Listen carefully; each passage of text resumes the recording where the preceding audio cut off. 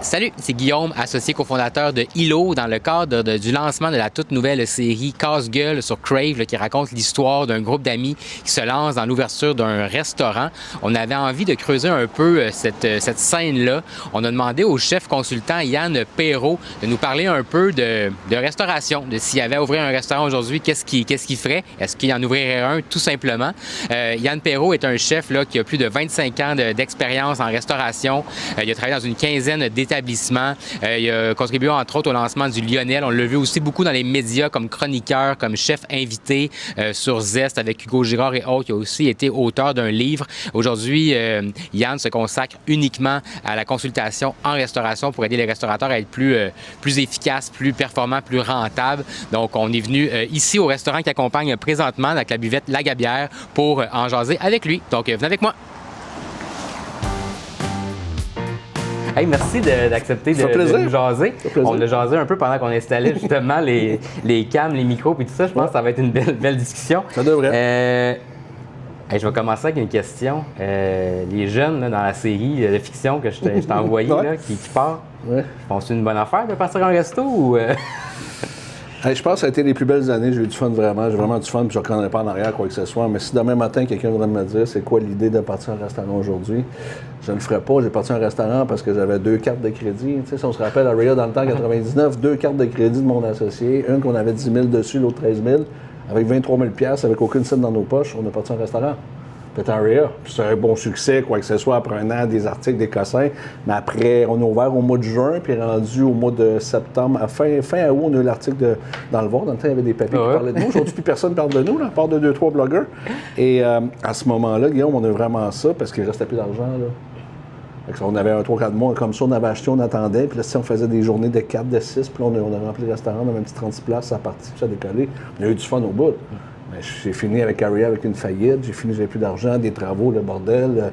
Cerné, 22 heures par jour, là. Fait que là, aujourd'hui... même pas depuis aujourd'hui, depuis quelques années. Tu sais, si tu as des derniers succès, j'ai fait les Lionel dans le temps, même que les gens pensent. Mais même Lionel, j'étais en consultation. Le club de gars de Saint-Hyacinthe avant, j'étais en consultation.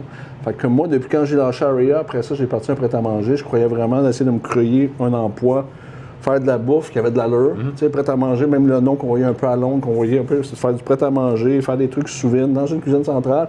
On venait à 4-5 points de vente un peu partout au Québec. J'avais commencé à 3 mois à ce moment-là.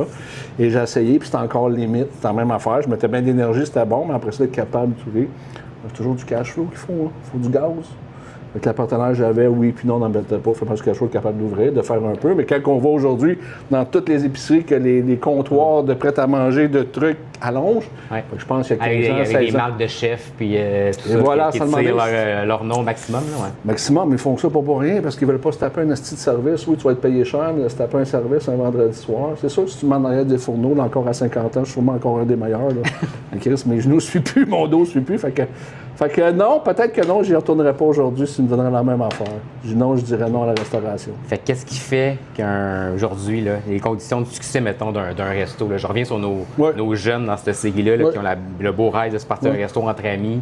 Y a-tu des conditions gagnantes ou genre... On en vient toujours dans n'importe quel, au bout de la ligne, je pense que la restauration, c'est un commerce. Fait que si on recule, oublions la restauration, c'est le lieu, l'emplacement. L'emplacement est vraiment important. Savoir le marché, si tu as vraiment pris le bon marché. Moi, je travaillais avec une grosse chaîne de s'en nommé Barbies pendant 2 ans de temps. J'ai fait d'autres choses aussi. Je n'ai pas fait juste du petit restaurant, du stocké. J'ai touché un peu à tout. C'est en ça que j'ai aimé aussi. Et on faisait des études de marché. Je pense, dans le temps, j'étais là pendant 2 ans avec eux. On a fait, je pense, 16 ou 17 études de marché. Des vrais, là, à 7-8 000 $. Puis on travaille du monde sur place, ainsi de suite. Et il n'y avait aucun endroit au Québec qui avait de la place pour un restaurant. Aucune. Je te le dis, mais tu veux dire, le marché est saturé. Saturé. Mais saturé de chez saturé, là. Pas saturé, on est quand même plein. Puis pas juste de saturé de chaînes compétitrices à Barbies, là. Saturé. Point, okay. Saturé. Saturé, mais énormément saturé. Fait qu'on arrivait dans des marchés, on va dire comme ça, à Drummondville, on disait, OK, dans le secteur du temps fort, il y a 22 millions déjà trop d'offres. Fait que ça disait déjà que tous les restaurants qui étaient dans cette région-là, déjà avait de la misère à vivre. Fait que là, après ça, tu rentrais là, si on ouvre un, on va mettre 2 millions de chiffres, on va mettre 2 millions d'investissements. À qui que je vais aller voler mon 3 millions? Parce que c'est ça qu'il faut que je fasse pour faire de l'argent. Fait que moi, quand j'ai vu ça, quoi, ça, je fais OK. On a tout le temps la phrase, tu as sûrement entendu. Ouais, il y a plus de restaurants au Québec qu'à New York. C'est un peu tanné, mais c'est presque vrai aussi de ce côté-là. Fait que c'est un peu ça qui arrive. Fait que si ton spot n'est pas à la bonne place, il n'est pas vraiment à la bonne place. Tu n'as pas le bon truc, le bon nombre de places. Moi, à Raya, je reviens à Raya, 38 places. Aujourd'hui, je n'ouvrirai jamais 38 places. Il te faut un 100 places pour être capable, un vendredi, un samedi, 65 des gens vont sortir de genre normal, le vendredi et le samedi. Fait que tu as 168 heures dans une semaine. La restauration, c'est à peu près en 10-12 heures. Tu comprends? Fait que là, si tu n'as pas assez de place, t'en perds, là. Moi, le vendredi, samedi, là, on est déjà rendu pour ici. Là, si vous voyez le restaurant, là, on est 100 places. Oui, on l'a pas dit, on est chez La Gabière à... La Gagnère, La Gabière. Buvette, La Gagnère. Oui, parce que c'est les deux frères, Sébastien, hein? Sébastien puis Francis, c'est La Gagnère qui ont fait ça. On fait La Gabière. Maintenant qu'ils brassent, on ne voit pas, mais c'est eux qui brassent La Gabière. Tout à fait, depuis 2012. Puis on est sur le bord de la rivière à Saint-Jean-sur-Richelieu. Exactement. Puis j'essaie de travailler, de mettre de la bière un peu partout, risotto avec de la blanche, ainsi de suite, fait que je m'amuse. Mais on est 100 places ici. Okay. Ils veulent tous manger comme partout ailleurs, entre 6h moins quart, puis 7h40. Tu sais, tu comprends? Mais moi, tu sais, si j'ai pas 100 places, je vais perdre des gens. Mais mercredi, hier, j'ai fait 22, là. Fait que 22 dans 100 places, ça va de la vide. OK, je reviens à ma question. Y a-t-il une condition? Le spot. Le spot, pour moi, le nombre de stationnements, c'est des trucs comme ça, différents sur Montréal. Je veux dire, les gens, à part Montréal, on a des voitures. Pourquoi des 10-30? Pourquoi des centres d'achat? Pourquoi des trucs comme ça fonctionnent? Parce que moi, quand je me bouge, je me stationne en avant ou en tout-terrain, ça a de l'air con, même si on veut dire qu'on est une planète, le REM, les trucs comme ça, mais dans la vraie vie, on veut se stationner, quoi que ce soit, puis ainsi de suite. Peut-être qu'il y a un bassin de la clientèle que tu vas viser qui est assez très, qu'on dirait à Saint-Jean comme ça, bien, si ton style de bouffe vise les 35-45, c'est sûr qu'il y en a assez dans le coin qui soient capables. Mais là, tu ne vas pas parler de bouffe encore, là. Sérieusement, tu comprends-tu que ça vient de tellement loin? Ben moi, ça me fait bien inquiet. Ben dans la vraie vie, tout le monde disait c'est le fun d'être chef. Mais moi, je disais, quand j'étais plus jeune, faire un menu, on va dire comme ça, c'était 2 verres de Scott, un joint, puis on pensait à le menu qu'on allait faire. OK? On tripait, puis on parlait, puis entre amis, puis on parlait, hey, on va travailler le chouquet, on va travailler ici, quoi que ce soit. Mais au bout de la ligne, quand tu regardes dans ton temps, c'était 1 heure pour faire un menu qui va durer 4 mois au restaurant. Un bout de la ligne, c'est un peu ça. Fait que oui, c'est les produits, oui, c'est tout ça, mais c'est plus juste ça aujourd'hui, il y en a partout, là.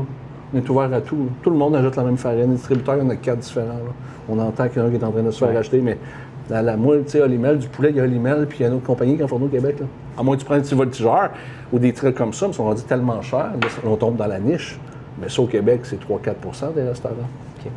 Là, on est ici dans ce restaurant parce qu'en fait, la raison pour laquelle on t'a demandé de venir de jaser avec nous, c'est que aujourd'hui, tu es consultant, tu es 100 dans la restauration, mais tu n'es plus propriétaire de resto. Tu aides des restaurateurs à s'améliorer, à être restaurateur, usine, concept, tout. Oui. Je fais des confitures qui ont été au Japon, en chocolat, n'importe quoi. Je touche un peu tout ce que ça classe. C'est quoi la principale raison pour laquelle ils t'appellent? Ils sont en train de frapper le mur? Ou... Toujours. OK.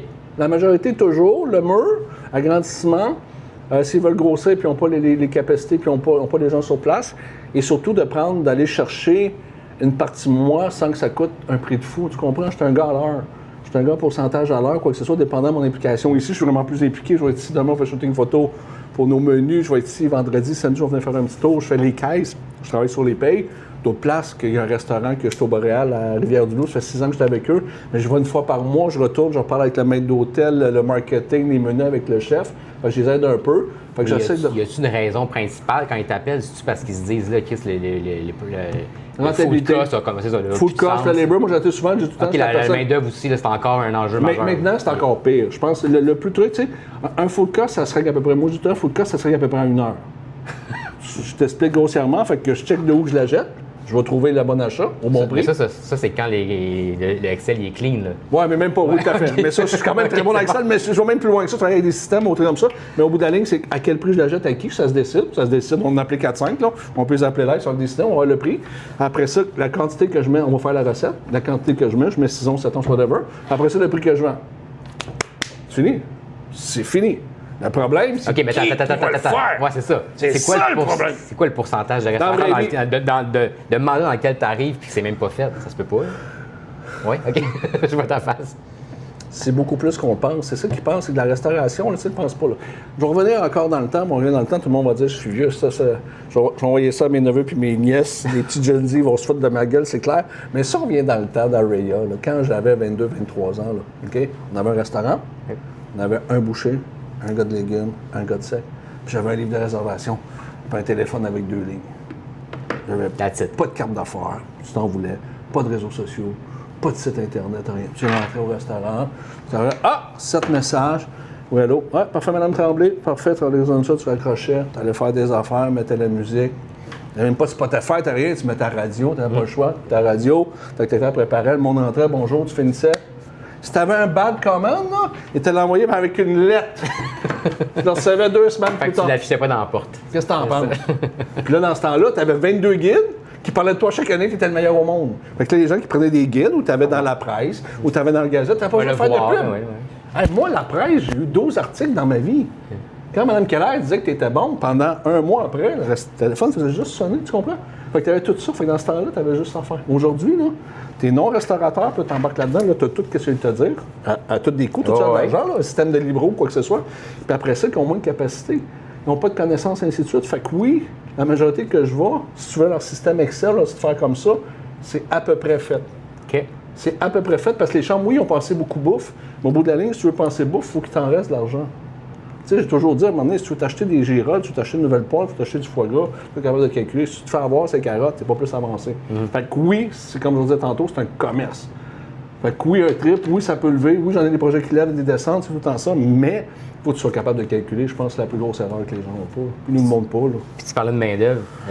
Bordel. C'est bien beau être capable de calculer, là, mais si le stock que tu rentres, il n'est pas travaillé de la bonne façon. Ben, je pense que, tu sais, on va parler globalement, même globalement à travers le monde, je pense que le côté de la croissance économique, à un moment donné, il va falloir arrêter, là. Tu sais, au Japon, il y a de moins en moins de monde. Si nous autres, on ne fait pas d'enfants, on va les chercher ailleurs. Mais à un moment donné, on ne peut pas tout le temps qu'une croissance économique. Il va falloir plus travailler sur une décroissance économique. Mais là, à un moment donné, qui va le dire, là, putain? Ça commence un peu. Bon, je sais, ben, là, ça commence parce qu'on n'a pas le choix. Mais j'aurais pas pensé que ça aurait sorti de ta bouche. Mais oui, mais tout à fait, il va faire arriver quoi que ce soit. Fait que c'est jusqu'où qu'on va. Parce qu'à un moment donné, c'est bon, on va ouvrir d'autres restaurants. Tu sais, on va en ouvrir, ils en ferment tout le temps au mois de janvier ou ils en ferment tout le temps quoi que ce soit. Oui, puis depuis le début de l'année, c'est fou, là. Il n'y a pas une journée qui passe sans qu'il y ait des journaux. Oui, mais il y en a ouvert combien en 2025? Peut-être qu'il y en a ouvert 300? Il en a fermé 150. Chris, on a encore 150 up, là. Tu comprends? Ah oui. Fait que c'est un peu ça, le truc comme ça. Pourquoi qu'il y a 150? On en avait déjà, peut-être qu'il y en a déjà 4000. Tu sais, dans la COVID, il y en a 3000, 4000, 5000 qui ont fermé au Canada. Ils sont pas mal tous réouverts, restés, là. On a peut-être dû tout rester fermé, ça va peut-être tout nous aider aussi, tu comprends? Fait que c'est un peu ça qui est difficile, fait qu'il faut vraiment avoir... fait que le staff, c'est un peu ça, fait que formation en restauration de moins en moins de temps. Mais en fait, excuse-moi, je suis bien comprendre. Pour le staff. Il y a trop de restos pour le staff disponible ou il n'y a juste pas de staff où il manque de compétences dans le staff? C'est quoi le... Je pense un peu dans tout. Je pense qu'on le voit, la compétence, je pense c'est importante. Il y en a un peu partout, si quoi que ce soit. La COVID, on va s'en revenir là-dessus, ça fait qu'il y a beaucoup de bons joueurs, de bons maîtres d'hôtel, de bons sous-chefs, de bons chefs qui ont complètement dit hey, fuck off, m'en va en construction. À cause de la COVID. On a perdu de la COVID. On a perdu de la qualité qui était capable de prendre un petit jeune de 20 ans. Puis le faire grandir avec. Tu sais, c'est déjà arrivé, moi, des places que tu as un gars qui est plongeur, qui se rend bien garde-manger puis qui monte. Dans des chaînes, ça fait ça. Il y a beaucoup d'immigration qu'on a pris aussi beaucoup avant qu'ils foutent le bordel présentement, qu'on ne sait pas beaucoup. On a dit des affaires, puis on va les retourner chez eux, qu'on suive les règles correctement. Mais il y en a beaucoup. Fait que beaucoup en région. Moi, dans des affaires comme à Rimouski ou même au Montagnier, dans un truc comme ça, la moitié du staff de l'hôtel, c'est des gens qui ne viennent pas du Québec. Là, parce qu'il n'y a personne qui est. C'est juste que là, pour rouler, je t'écoute, là, pour rouler une table de. Un établissement de 100 places. Pas de staff. Là, à un moment donné, l'équilibre. Je sais pas, c'est ça. On envoie des micro-restos, là, où là, tu me disais que tu avais ton 38 places, là, ton resto à l'époque. Tu sais, là, je pense à la gang du Sabayon. Tu vas me dire, c'est la haute gastronomie, mais tu sais, ils ont 14 places. Fait que, non, je sais, mais.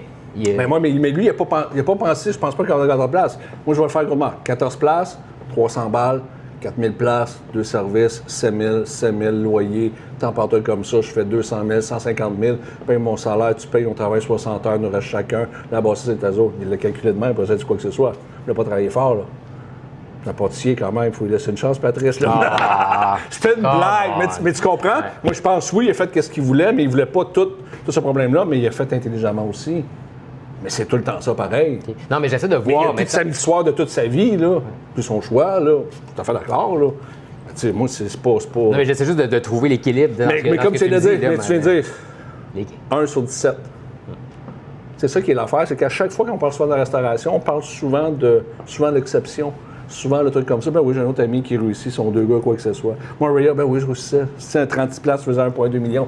Je faisais 97, 102, 104 heures. Je me sortais de pas payer le char, bordel comme ça. Le vendredi soir, on allait dans les after hours, on défonçait la gueule parce qu'on voulait virer fou. Tu comprends? C'était ça aussi, là. Fait que c'est tout un peu ça qu'on a fait. On a tout réussi. Tu sais, des Macmillan, des affaires, tu sais, tout le monde a réussi. Mais sur les 17 000, c'est 17 000 restaurants. C'est quoi? C'est 100 qu'on peut dire qu'ils sont comme ça? Puis des restaurants après ça, puis quand je dis souvent, moi j'ai souvent vu, des, tu sais, on va dire comme ça, des fois, on pensait que ça allait bien. Ouais, si on verrait tous les chiffres d'affaires, si on verrait tous les états financiers, on se rendrait compte que À part de se faire payer leur char, puis une petite paye, ils font pas grand-chose d'autre. T'sais. Puis au Québec, en comprenant peut-être d'autres pays, même l'Europe, on ne peut pas être propriétaire. La banque, tu sais, ici, c'est intéressant, c'est des gens qui sont à la Gabière, sont propriétaires du condo. Mais c'est quoi le pourcentage des gens qui sont propriétaires d'un restaurant au Québec? Je pense que c'est 4-5 C'est pour ça que la COVID, ça fait très mal aussi. C'est tous des locataires. Comment tu veux vivre? Là, des fois, des restaurants, tu es locataire. Moi, j'étais locataire, mais tu sais, avec les années, dans mon petit local de merde qui ne coûtait rien, mais j'ai quand même mis peut-être 200 000 de plancher d'amélioration, tu sais. Le propriétaire doit te donner un petit 20 000, mais Chris, le 180 000 que j'ai mis sur ce temps, là, quand je suis parti... Pas fait que, tu sais, c'est ça qui joue beaucoup, fait que c'est pas évident. Je reviens à ma question de base. Là, je réponds jamais à tes questions. Non, mais c'est parfait. Je le savais en te demandant de jaser. Je te connais un peu.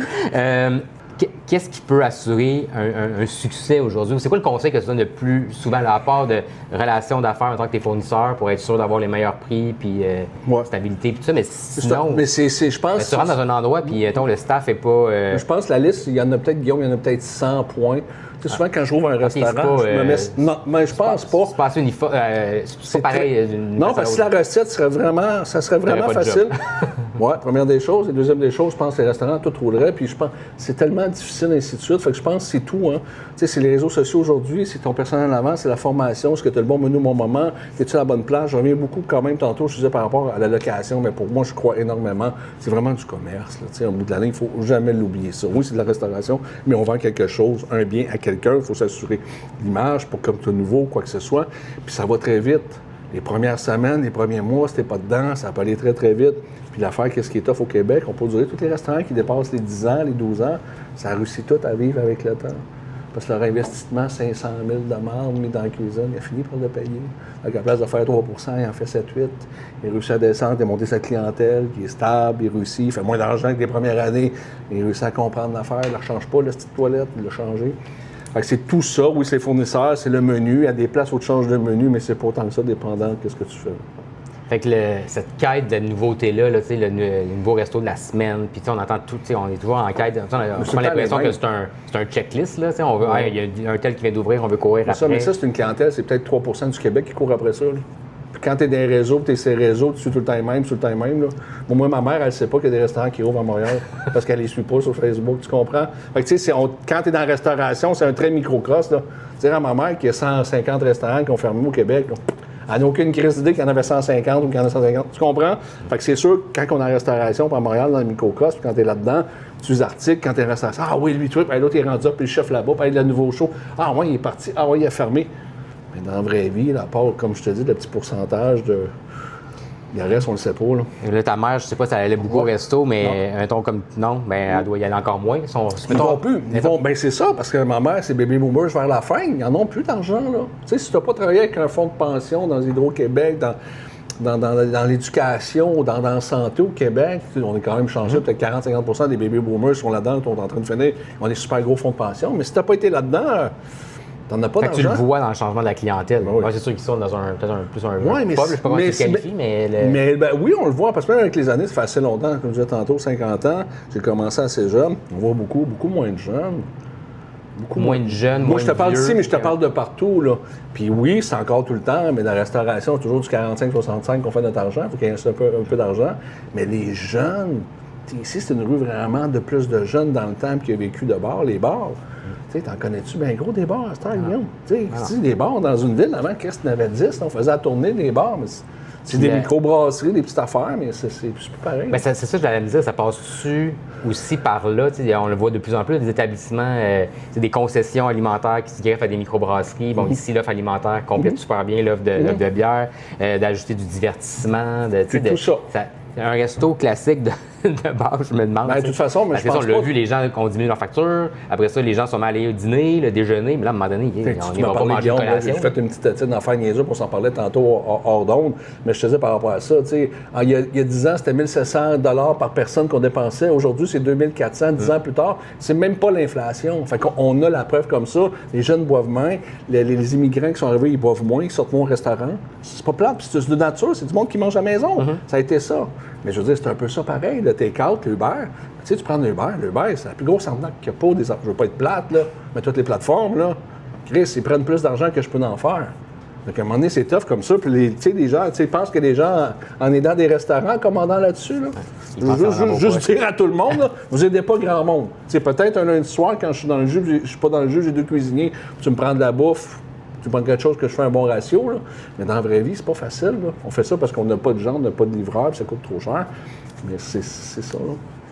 OK, mais là, mettons que tu me finis ça sur une petite note positive. Ben, c'est tout positif, c'est réaliste. C'est réaliste. Oui, mais je ne changerais pas. La règle que j'ai faite est super bonne, et ainsi de suite.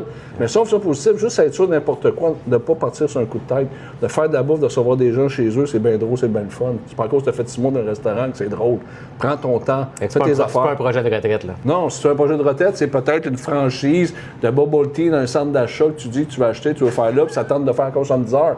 Mais quand il va y avoir un problème, si la toilette elle saute, comme là, je vous ai dit ça, il y a un problème, on l'avait ça hier, il a sauté. Il y a un problème de breaker. Donc là, il va falloir que je prenne, parce que ça va coûter trop cher à l'électricien. Après la truie, je m'en vais, je vais aller chez Home Depot, chercher un breaker, j'ai jamais changé, prendre un novice, changer ça. C'est ça que je vais faire aujourd'hui, là. Mais, hey, c'est pas trop, on parle pas du foie gras, là. Tu comprends, Guillaume? Fait que je pense n'importe quel projet, de prendre le temps de le monter, puis avant d'essayer, peut-être quelque chose de donation, mais d'essayer. Va faire vraiment 2 ans en cuisine. Va faire 2 ans en service, pas 2 fins de semaine. On comprend? Fait que fais vraiment du temps, quoi que ce soit, puis souvent, c'est ça, pour s'assurer. Puis l'économie, l'argent, c'est du commerce. Fait que c'est quoi? Ou des tableaux Excel, mais prends le temps. Prends le temps de voir quoi que ce soit. Aujourd'hui, on a du chat GPT, on a des données, on a des affaires encore plus faciles. Que dans le temps, on va faire encore une affaire que. Hey, je te fais ça, c'est pour toi, ça, Cassandre. On allait à la bibliothèque pour prendre une petite carte chercher un livre. Aujourd'hui, ça peut aller plus vite, mais tu vas voir. Tu sais? Nous autres, il y a encore un restaurant de pizza qui est ouvert assis dans notre coin chez nous. Mais là, c'est parce que c'était le 17e, Chris. Là. À un moment donné, peut-être ça ira pas bien, là. Mais c'est ça. Fait que prendre le temps de faire des affaires comme ça. Puis si c'est vraiment ça, allez-y. Puis sinon, ben, va au marché, puis invite ta famille puis tes amis, puis fais-leur en manger le samedi soir. C'est tout. Ça peut être peut-être ça la meilleure affaire. Merci, Yann. Ça fait plaisir. Merci. À la prochaine. Salut. Bye.